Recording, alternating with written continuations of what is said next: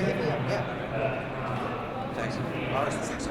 Oh yeah, we're playing later. We're gonna be me and Mr. Arabian Prince over there. We're gonna play a little later. He was just asking about that. Amazing. Scott, we need you on the stage. Okay, I'm on the stage. Hey, I'll see you guys. Okay. Hi there. Don't you think that we also need to think about cloning? You know, like it's impossible to be everywhere and talking to everyone, and we would love to, right? So we are talking here about music in Metaverse, blockchain, creative economy, NFTs. I'm very happy to introduce you to our wonderful co-panelist, Sasha Tityanko, Deputy CEO and Art Director at Sensorium. Hello Sasha, how do you do today? Hello, I'm super excited to be here on this amazing stage once again with such amazing speakers. So I present the Sensorium Galaxy Metaverse, which is a leading metaverse featuring thematic virtual environments with photorealistic content, which presents virtual content hubs, such as Prism World, for example, that's filled with shows of leading electronic music artists, such as David Guetta, Carl Cox, Armin van Buuren, Jean-Michel Jarre, the godfather of electronic music. But also we create content virtual hubs for different other types of content, from meditations to spiritual learnings. And of course, we are a web-free company, innovative company, and we have blockchain as the pillar of it. And of course, we have NFTs as well. So I'm super excited to discuss this. I'm impressed with the variety and spectrum of different activities and names of great people involved into the lives and the process here. So OG Arabian Prince. I'm curious what they put here. So Grammy-nominated rap influencer and future mobility investor, and right? Yeah. That's why he's the OG. Yeah, but I've been in this space, man. I've been doing technology for, I don't want to age myself, 42 years now. Yeah, 42 years in the space. Started in doing visual effects and video games back in the late 80s and 90s, and moving into the blockchain in the late 2000s, like 2009, 2010, right when Bitcoin first dropped. We were making video games, specifically RPG video games, and trying to figure out how can we take the in-game items, swords, shields, things that people were trading with each other. There was no way for people to trade something. So I'm gonna give Scott my cloak or my sword or something like that, and it's only 2 in the game. So this kind of leads to NFTs. This was technically NFTs back in the early or mid-late 2000s, 8, 9, 10. You know, so how do I give you that sword or give you that shield? I have to trust that you're gonna give me the money once my character hands it over in the game. So we were kind of putzing around with this thing called a Bitcoin. Saying maybe we could use this thing, you know, it's not worth much, but we could use it in game to trade stuff. And we tried it, and it was so early in the game, nobody knew about how to implement it in a video game system. So we said, all right, forget it, we chucked it. And similar to what he's mentioned later, years later, I forgot that I had hard drives and codes of a lot of Bitcoins that were just laying around somewhere, and I found it. So that's how I got Wow, into space. congratulations. Yeah. Not all of those who lost their hard disks actually find it after that. You know, there is an amazing story of someone who lost his hard disk Yeah, he's in still looking landfill, for it. and he's still looking for it. Anyway, let's talk about exciting stuff in Metaverse. Focusing on Metaverse, what is your first idea when you think about music industry in the Metaverse? Oh, first idea. Well, first of all, I think the Metaverse is going to open up a whole lot of opportunities for artists now. And again, because NFTs will be the currency generator that we can do in the Metaverse. You know, people, it's so interesting, they talk about, you know, oh, it's no big deal, we had it back, we had Second Life, we had all those things. But what they didn't have was a commerce type of universal engine like what we can do with the NFTs. You know, we've been streaming all of our shows into the Metaverse now, which has been great, right? So I think it's just an opportunity to not only like have these small hives, our events, so we have them, but also the ability to build audience and actually generate revenue through those opportunities. So using the Metaverse as another engine, as a way of revenue where I can be sitting at home with or doing a small event in a small place, I can generate much more revenue, build more things through the Metaverse. So I just use it as, I look at it as for the artist, it's another concert opportunity for them, but also a place that you can create experiences for the NFT holders, right? And the things that you can actually do with them, because I think that's the thing. I want to change the word NFT because I think that confuses everybody. I think it's goofy, and I think we need to come up with a word like an experience. And I want to share my experience with you, right? It's that kind of an And it idea. will be another abbreviation, right? EXP. Okay, I like how you focus on the side of the creators. For me, We got beat for, As listen, a- we made no money ever, right? We got killed in this thing for years. for the other side, I think it's immersion, right? Music in Metaverse. Sasha, what is your thoughts on this side of Metaverse experience? What is this Metaverse immersion that we could expect? Yeah, so where we stand, for example, at Sensorium Galaxy Metaverse, while developing it, is that we built it with the help of the latest technological solutions, such as in the spheres of virtual reality, augmented reality, artificial intelligence, and blockchain. We take all of this together, then we invite the best creators, the best artists that are there in the world, with the best experience of creating the shows, of creating the experiences with the leading artists. We invite them for collaborations, and together we create on the basis of these technologies and using all the stuff that is there in the Web3, really immersive shows, which can never repeat or end for the user, basically. And not only the artist can be there available to his fans in basically a 24/7 format. Also, we see this as a democratization of music, because it's obvious, you know, it's not easy to fly around the world, you know, to see a show of your favorite artist, especially when his tickets are sold out within 5 minutes. You know, not everyone, not every fan is capable of doing that. You know, we in physical life, we are all surrounded by boundaries, by territorial boundaries, by financial boundaries.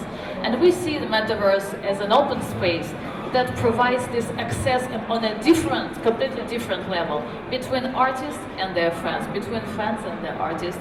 And there is one more thing I wanted to touch base today, which I think has not been previously described. It's one of the directions that we are creating in Sensorium Galaxy Metaverse.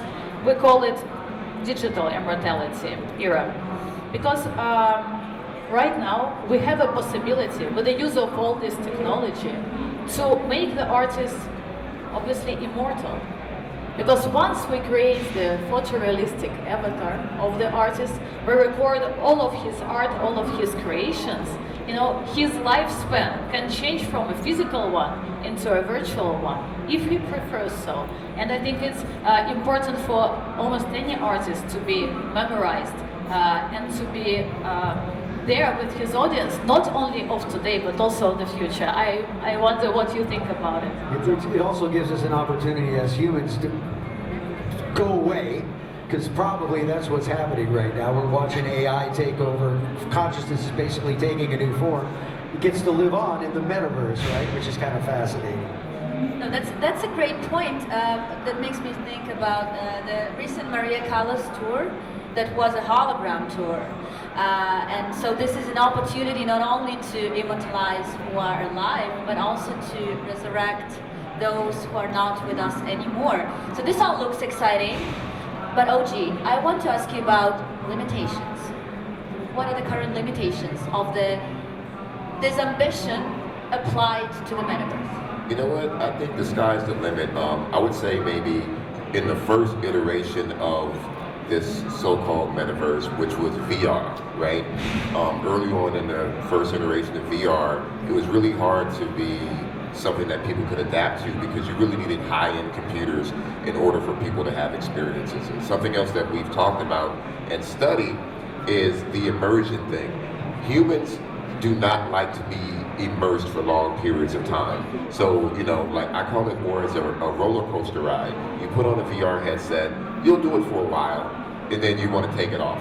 Because, you know, we as humans are kind of like, it's kind of creepy, you know, like you're just totally immersed, and then, you know, you do that for hours on end. It's crazy. So I think XR, you know, mixed reality is the way to go, where, you know, we'll be sitting here and I can be talking to you and I'll wear some glasses. And as I'm talking to you, I'm looking at my emails. I'm actually, you know, watching the football game over here, and you'll never know. But I think that's where we're headed. But now, because the barrier of entry has come way down, meaning that with Unreal Engine and Unity and a lot of the platforms we use to create the metaverse, we can make it so that you can actually experience interactive metaverse type, you know, content on your mobile phone. Yeah. So I think that there is no barrier and there is no limit. I think the limit is our creativity. I think one of the biggest issues still with the metaverse, it's not very sticky, right? It doesn't, like you said, you don't go in there and hang, because I don't think we've gotten the user experience correct. And I agree, I think AR is going to be the ticket for right now. I think that's going to be our thing.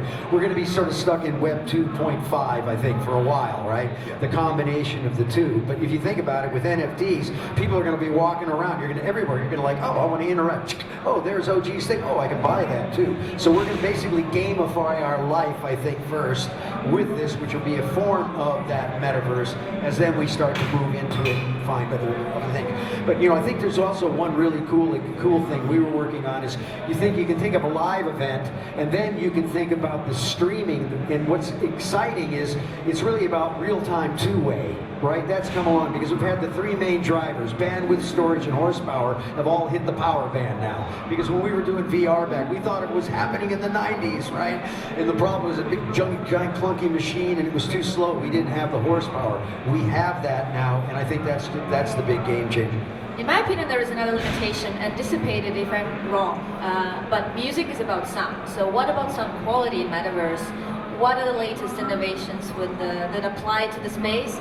And how can we enable this effect of real sound in Metaverse? Yeah, so I was just at the event. Matter of fact, the actual speakers that we're listening on right now are a company called L Acoustic, and they're one of my partners. I do stuff with them, and we were both at an L Acoustic event, not at the same one, but we were both at an L Acoustic event, and they are very, very bullish on spatial audio. So spatial audio is, and I'm sure you guys already use spatial audio in your platform. What you hear here, like you're looking at us, you hear me speaking to you. You've got speakers around you, but you also hear the ambient noise in the back. You can kind of hear the person over there talking, and you know, the clinking of the stuff over here. That's spatial audio. And in VR and XR and in the metaverse, that's how we get immersed. So I'll let her talk more about her platform. I know all about your platform. See, I've been studying it, so go ahead. Sasha, tell us a bit about Sensorium. How do you censor the music? Our approach to music is, you know, on the one hand, to represent the brightest music of today, you know, in different genres. Right now we are focusing primarily on electronic music genre within the present world that we are launching first, but not limited to that, of course. But apart from like real life music of real life artists, we are also very much dedicated to our AI generated music program. Because at Sensorium Galaxy we create ourselves the virtual artists that perform in the metaverse, that live in the metaverse, and we developed, because AI is one of the pillars of our project, we developed the special generative music technology, which allows them to operate in over 60 plus music genres, from Afro house to hip hop, trance, techno, whatever. So this is an infinite stream of music that basically never repeats or ends, and it can live in the metaverse as a channel forever. Immortal music. Then of course we apply like traditional technologies to that, because you can cut that infinite stream into a number of tracks and release it on the major streaming platforms, which we also started to do. Actually, it's not us, it's our virtual artists started to do that themselves. And yeah, it's a huge experience, and we want to see all of this coming together, and also human artists perhaps starting to collaborate with AI-driven artists and with virtual artists, and blending and mixing all of this technology that both worlds are giving us, because we think the truth is somewhere, you know, in between. You know, that's it's both worlds that can give us something new and That's bright. a great point. So, Scott, how do you think the metaverse, the virtual space, could actually make us think different about the reality? What can metaverse bring to reality of music industry? You know, I think one of the powerful things that we got is we can bring fan and stream now. So we can be doing something and actually bring them into the experience in a different way. You know, I have a lot of mixed emotions about all of this, to be honest. I mean, I really feel like we're designing ourselves out with a lot of this AI that's going on. That's getting very smart, and it's kind of making it play. And I just want everybody to be cautious of what's going down right now. So this is something where we have to be positive and bring the positive spin to all of this, because there's a very dark side. I don't know how to answer that question that you were just asked, to be honest. What are the dark sides do you see? Like he said, you know, I'm an artist, right? I tour, I travel, I do music. We both do concerts. You know, she creates concert experiences. And what's scary, and meaning the dark side, is one of the top, I think in the top five, say top five, I'm not sure the exact number, 2 of the top 5 tours, music tours in the world are both interactive or virtual characters. Hatsune Miku, or is it Miku? Yeah. Hatsune Miku is a generated character that's from a free software from Japan. There's a software in Japan that they use to create this character.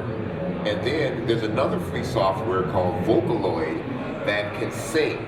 So you can type in words and the software will sing. So they're using 2 free softwares to create a generated character that is making millions of dollars on tour right now. And then you have the Gorillas, which is another animated group that their background singers and actual musicians are behind the screen. You don't even see the musicians, you just see the animated characters. So those are 2 of the biggest tours out there, which is phasing us out. So that's the dark side for me. Use the mic, please. Definitely true. I mean, I went to a site, I forget about, I don't know what, 6 months ago, and it said, oh, you got your movie score, right? You need a movie score? So you type in John Williams and and the next thing you know, you put your movie up, you hit a button, and the thing writes a complete score for your freaking movie. That's crazy, right? Yeah. You think about it. What do you think about AI? So Sasha mentioned AI, Yeah. like if AI writes or, you know, performs as code page in Yep. Metaverse, what's your feeling? What? Isn't it creepy for you? No, it's creepy. There's no doubt about it. It's very creepy.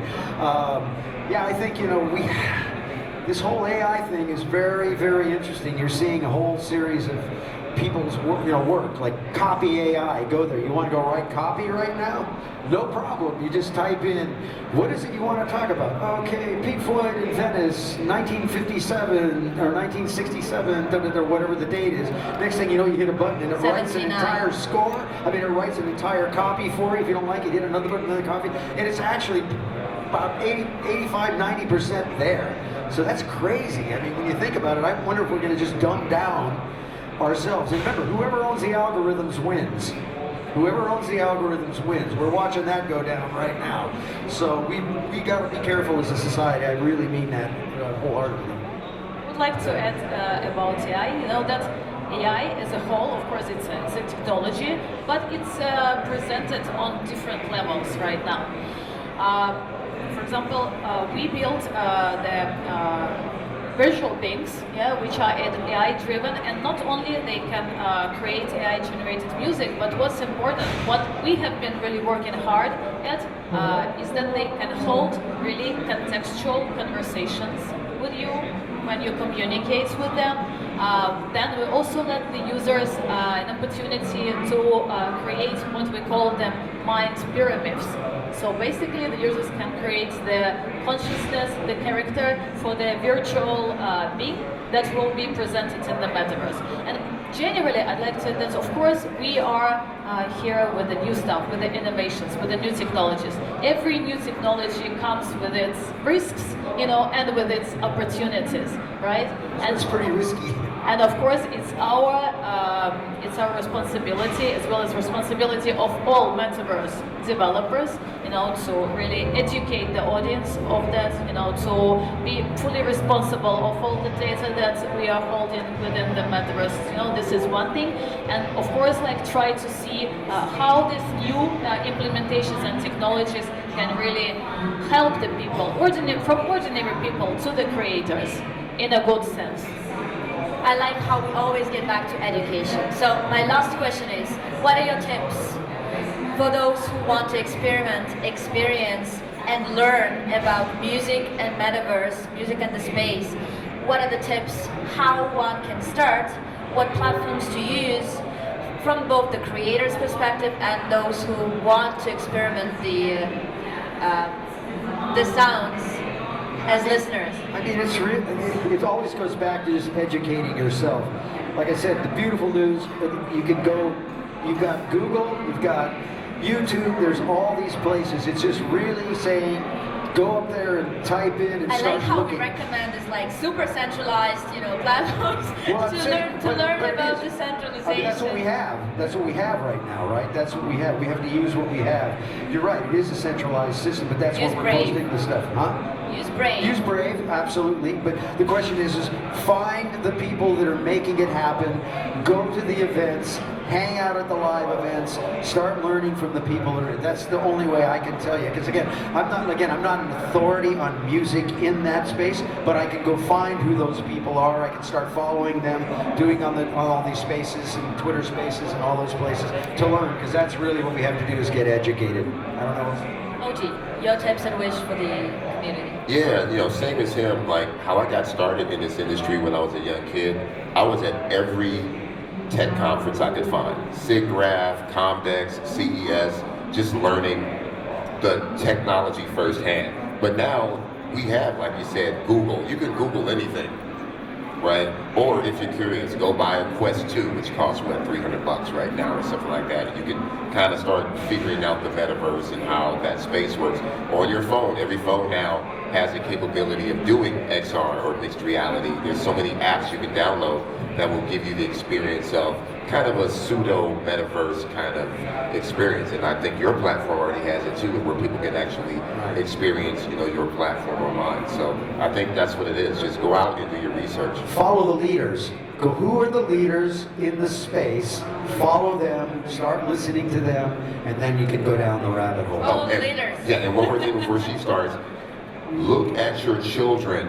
Trust me, if you've got kids, they've been in the metaverse for a long time. When you tell them to go out and play and they don't want to go play, that's because they're in the metaverse. They're in Roblox, they're in, Fortnite, and they are interacting with their friends in the metaverse. They're talking to them, they're playing with them, they're actually creating new communities in the game. You think they're playing the game. No, they're sitting there talking about whatever in the metaverse and not even playing the game anymore because they figured out how to build communities within these virtual spaces. And keep them off TikTok. That's my biggest recommendation to the children. Parents, don't do it. Don't do it. Yeah, the kids and the new generations are, of course, metaverse ready, as we see. I'd like to add that an advice, I think, to the creators is to really be bold and use all the tools that are there, in public access, that the metaverse projects, Web3 projects can offer at this stage.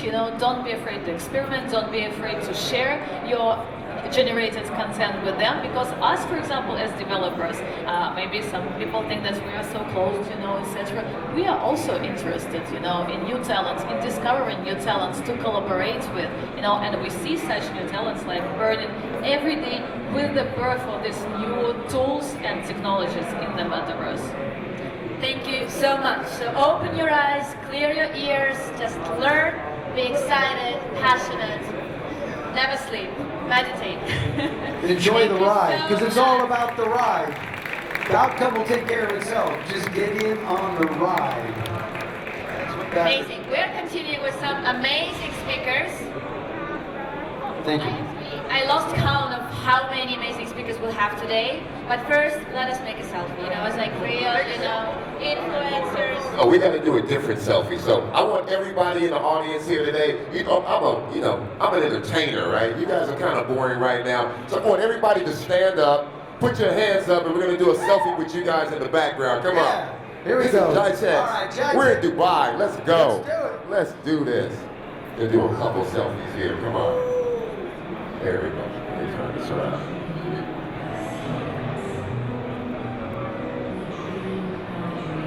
All right, one more for the OG. Hold on. I don't want to do selfies on my phone. He's gonna take it. Go ahead. All right, here we go. Put your hands up.